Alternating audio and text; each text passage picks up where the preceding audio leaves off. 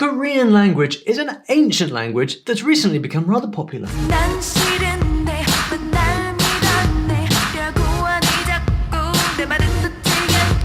But it is not all fun and games. Korean is ranked as one of the top 3 hardest languages on earth, and you'll understand why after I tell you the story of this magnificent language, which involves a wise king, a psycho king, an orphan, and a war. Nothing's ever easy.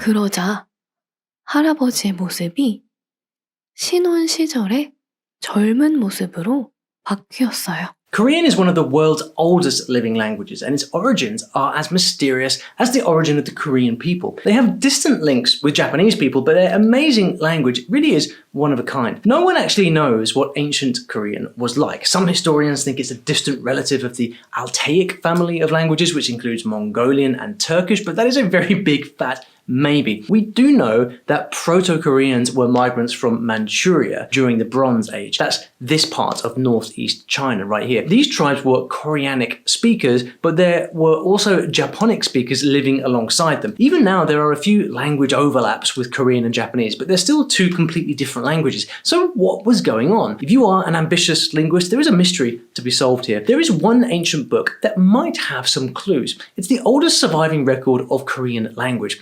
What happened to all the other records? Well, that is a story for later on. So, is Korean an orphan and an only child? Maybe. That depends on whether the language from this island is a sibling of Korean or a dialect of Korean, but let's save that question for later. Old Korean began in the 1st century AD, during the period known as the 3 Kingdoms of Korea. One of these kingdoms was called Shilla, and when the 3 kingdoms united, they all spoke the Shilla language, and this language is where modern Korean descends from. But it's all very mysterious. Almost nothing survived from that time to give us clues, except for 25 poems, some bamboo and wooden slips, a few stone inscriptions, and a handful of Buddhist texts explaining how to read Korean, but it was nothing like the Korean you see around you. Imagine if when it came to writing stuff down, you could only write stuff in a different language to the one that you speak. Well, for 1,500 years, if you were Korean and wanted to read and write, you had to learn Chinese because Koreans didn't have their own writing system. In fact, Korean writing was invented by a king, a cool story coming up. At first, they wrote in classical Chinese, and then somewhere around 500 AD, some Buddhist monks had a go at using Chinese characters to write in Korean, and they gave it a name, the Idu script. But how could they write Korean using Chinese? How does that work? Well, think of numbers written as characters, 1, 2, 3, 4. No matter what language you speak, English, French, German, you understand what these characters mean, right? Now take that concept, make it a whole language, you get Chinese. But that's not the writing that you want to know about. You want to know about this beautiful writing. So people were writing Korean with Chinese, but it wasn't easy. Chinese has over 50,000 characters. The grammar also didn't match up. Korean grammar is very complex with its own unique rules. Another problem was that you could record the meaning of Korean speech, but not the sound of it. So the year 1443 rolled in, and King Sejong the Great was sad that his subjects couldn't express their worries to him in writing. Now, King Sejong was a poet, an inventor, and a scholarly type of guy, so his bright idea that came next made perfect sense. He had heard stories about how people were writing in the West, writing out their sounds logically, just a few shapes to make any sound. Amazing. But he saw some illogical things even in the Latin alphabet. I mean, why do f and v have completely different written shapes when they are said with exactly the same mouth shape? F, v, v. The mouth's the same, right? I mean, the guy had a point. So he personally invented an alphabetic writing system that would be so easy, anyone could learn it in just a few hours. He said, in his own words, "In my pity for them, I create 28 letters, which all can easily learn and use in their daily lives." Now, there is a story that he almost lost his eyesight working on the alphabet. According to the Junior Encyclopedia of the Korean Language, it took 3 years. But let's be honest, he had some help. He set up an academy, named it the Hall of Worthies, and got a bunch of scholars to work on his new alphabet. So what was the plan? Well, since different mouth shapes make lip sounds, throat sounds, tongue sounds, and teeth sounds, why not make an alphabet that's based on mouth shapes? Indeed. So he invented what's called a featural alphabet, meaning each letter is shaped according to its features. 가, 거, 고, 구, 그, 기.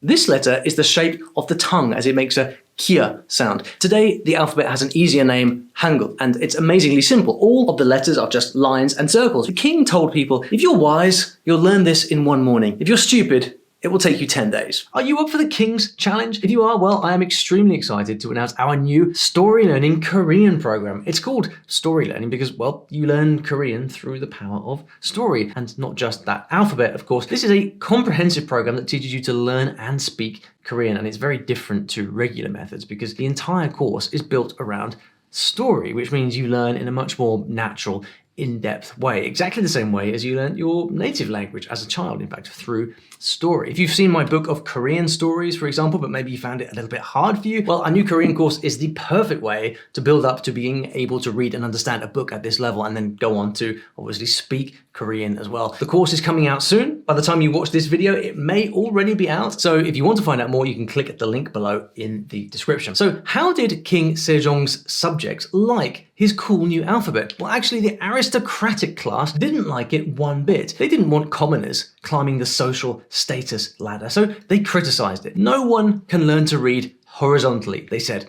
Silly Westerners. They feared and hated the new script so much that they refused to use it. They kept using Chinese characters for centuries after that, and Hangul was kept for things like women's diaries and children's storybooks. They even called it script for women. And so what did women do? Well, they learned Hangul, and then they wrote hundreds of beautiful poems and folk stories. They mostly sang about the hard life of a woman who lived a closed and limited life compared to men. Like this poet. They said she was a genius, but at age 27 she was found dead in her chair with most of her poetry burned. Suicide? I don't know, but pause and read these lines. Her poems are the oldest by a Korean female writer to survive history, but at one point it was considered a crime to read her poetry, which will make sense in a minute. There was also a practice of mixing the two scripts together, like in this ancient book, Songs of the Dragons Flying to Heaven. In 1446, Hangul was finally made the national script, so all was well in the end, right?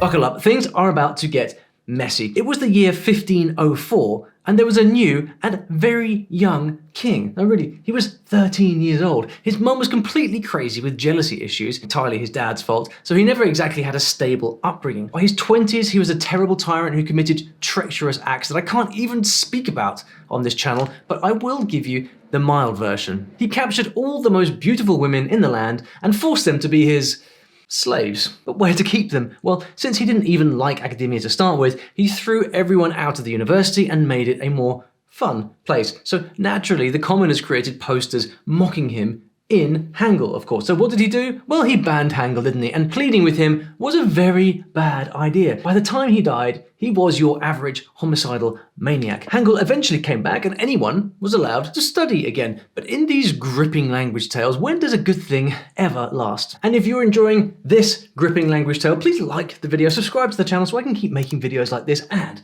turn on that notification bell too, because you wouldn't want to miss the next one, would you? Jumping ahead 400 years or so, in 1910, the Japanese Empire occupied Korea and didn't leave until 1945. They believed that they could make Koreans Japanese, and so they tried to eradicate the Korean culture and its language. They outlawed Hangul. Seriously? Again? This time, it was all-out war on Korean culture. They burned over 200,000 Korean history books and records, wiping out the memory of old Korean. And the new rule at schools and universities was, do not speak your language. Koreans were even forced to change their names to Japanese ones, and they shut down publications and censored the press. By the time the war and colonization was over, the illiteracy rate in the country was close to 80%. We need some language heroes right about now, don't we? Well, the Korean Language Research Society had been struggling to keep the language alive, as you can imagine. It was time for a language rescue mission. Risking torture and prison, they tried two big things. In 1912, they gave the alphabet its present name, Hangul, meaning Korean writing, and they decided to write a massive 6-volume Hangul dictionary, hiding the scripts in pickle jars and burying them in the ground. Here they are, right here. Now, that is bravery for you. By the time they were done, it was 1957, and it had taken them 28 years, but the Grand Dictionary of the Korean language existed, and from then on, the day was called Hangul Day. Still is. Pretty cool that Hangul is the only alphabet with its own national holiday. But what was going on up north in the meantime? Well, after World War II and their independence, North Korea abandoned Hanja, the Chinese writing. They saw Hanja as a form of cultural imperialism and completely rejected it. They still do use a lot of Mandarin Chinese borrowed words, although written in their own way, and you can find Hanja in North Korean dictionaries. In the South, meanwhile, Hangul was now the everyday written language of newspapers, magazines, Bibles, and menus. The great thing is that the language survived even the fighting between North and South Korea, and I don't think it is going anywhere at this point. Can anybody guess why? 안녕 친구. 안녕 빌리. 잘 있었니? 오늘 노래방 안 가서 우울해. 잠깐만. 어제 가지 않았어? 응, 갔었어. Today there are about 80 million people in the world who speak Korean, and 7.5 million of them are ethnic Koreans living in other countries. If you haven't guessed yet, thousands of people are studying Korean just to experience its linguistic genius. But there is an even bigger reason that Korean is so popular. The language works. Word order in Korean is freer than in English, the only general rule being that the verb usually comes at the end of a sentence. School kids also have to learn a list of 1,800 essential hanja. These are the Chinese characters, if you remember. Now, here's a weird question. Can Koreans write their names in hanja if they want to? Well, they can, but they're only allowed to choose between 2,854 characters. See, in 1991, the Supreme Court made this ruling. Yep, these kind of rules still do exist. Modern Korean was also heavily influenced by Mandarin Chinese. As many as half of the words are loan words. But also interesting is that Korean has a whole bunch of words that they created using Chinese characters that don't actually exist in Mandarin Chinese. So if you see these words, you are not actually reading Chinese, but rather Korean. Other words like these ones were borrowed from Sino-Japanese and are used only in Korean and Japanese. By the way, illiteracy is virtually non-existent in Korean now, thanks to that easy alphabet, and no more psycho kings, at least in the South. So naturally, you want to give this a bash yourself, right? This Korean thing. I'd love to know if I've scared you or intrigued you. Let me know what you think in the comments. The characteristic of Korean grammar is that the predicate must be placed at the end of a sentence, which is a kind of different thing from the English, right? But other than that, the order of sentence is relatively free. You can just mix other grammatical elements in a sentence. It's just still okay to understand in spoken Korean. In addition, the Korean language is the one that the particle and the honorific level of speech is important. The grammatical element particle, also known as 조사 in Korean, it usually consists of one or two syllables, but it influences the whole meaning a lot. Sometimes it just makes the whole meaning change, therefore it is essential to learn it. And the honorific form is so crucial that even some verbs have another form only for the polite conversation. And when it comes to the tense, I don't think it's complicated because there are only 3 ones, including past, present, and the future. Unlike many other Asian languages, Korean is not tonal. It used to be, but they got rid of the tones. Lucky you. The general rule is simply to evenly stress your phrases and sentences. But make no mistake, Korean grammar is not for lightweights. I think they just decided to get rid of those tones out of sympathy, to be honest. I just felt sorry for us. Ever heard of honorifics? Well, Korean uses certain words to show respect to the listener or the person that you're talking about. In Korea, it's really important to get this right, even for foreigners. But there's more. The most important speech levels would be 하십시오체, 해요체, and 해체. And as for 해요체 and 해체, they are used in daily conversation a lot. For example, 안녕하세요. This means hello, and this could be one of the examples of 해요체 because it ends with 요. 안녕하세요. If you're not sure which honorific level you should use, you can just go with the 해요체. You will never go wrong with it because it's a polite form. And as for your close friend, you can use 해체. For example, 좋아 means I'd love to or it is good. 좋아, 좋아. And last but not least, as for 하십시오체, you will see this in public situations. For example, 어서 오십시오 means welcome, as in when you have just arrived at some places and there is a sign like 어서 오십시오, welcome to this place. 어서 오십시오. Count yourself lucky that you get away with just learning these 3 because there are 7 speech levels in Korean. You can even play with it, like by choosing to use a humble level of speech to make yourself appear lower down in the hierarchy.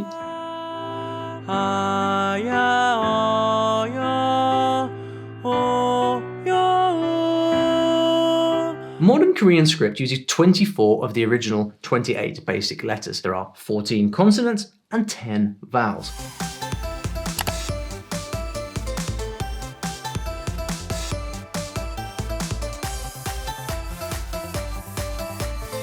Combinations of these letters represent 5 double consonants and 11 diphthongs.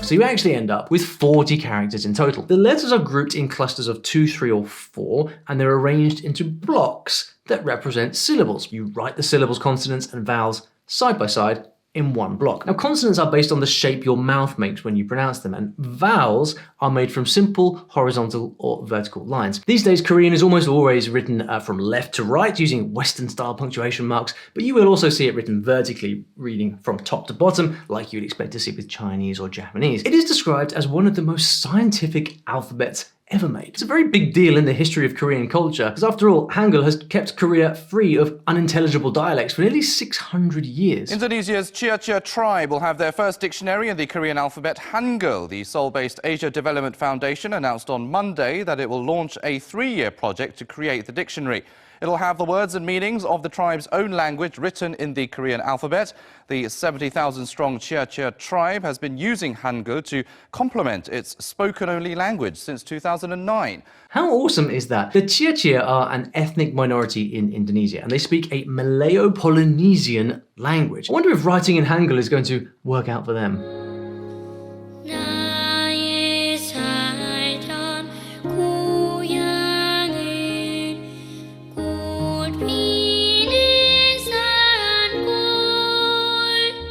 So here's something interesting. The Korean dialect this boy sings in still uses 2 of the letters that were removed from the old alphabet. Jeju is a critically endangered dialect spoken only by people on this island of South Korea. Only the elderly people remember this language, but as you can see, the schools are doing something about that. I say language this time because there is a bit of disagreement about whether this is a dialect or a language, but what's the deal with using that ancient alphabet? Well, people from the island were once forbidden to travel to the mainland because officials were afraid that they'd never come back. So the language evolved into its own thing. The Korean in Jeju has a whole set of different words, some that are really ancient.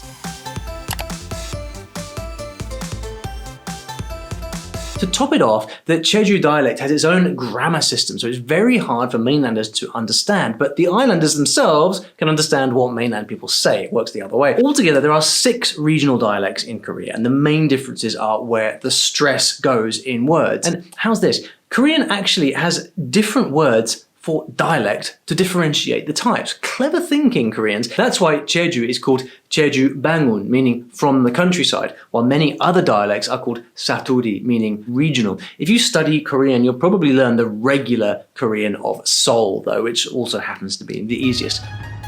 Officially, there are 2 standard varieties of Korean in Korea. 남한의 서울말과 북한의 평양말. Since the end of the Korean War in 1953, North and South have had some differences in pronunciation, spelling, grammar, and vocabulary. North Korea has a few Russian loanwords and some English ones, but they prefer no loanwords, obviously, so they replaced most of them. They also use their loanwords differently to South Korea, but the biggest difference between North and South might be this. The Korean word sharp. It's from the word sharp, but it actually means mechanical pencil. Service. It's from the word service, but it actually means on the house or free of charge sa mga restaurants. Konglish is English words written in Hangul, so no prize for guessing which side uses that. South Korea sometimes even makes up new words using English words that we don't have in English, like this one. It's a contraction of long and distance, meaning a long-distance relationship. Speaking of relationships, has Korean won your heart yet? I will get straight to it here. Korean is ranked in the top difficulty level for English speakers by the US Department of Defense, no less. You'll get that alphabet in a day, that's the easy part, and have a ton of fun writing it, and then take years to get decent at speaking. But just in case you don't know why everyone's suddenly learning Korean, I'll tell you.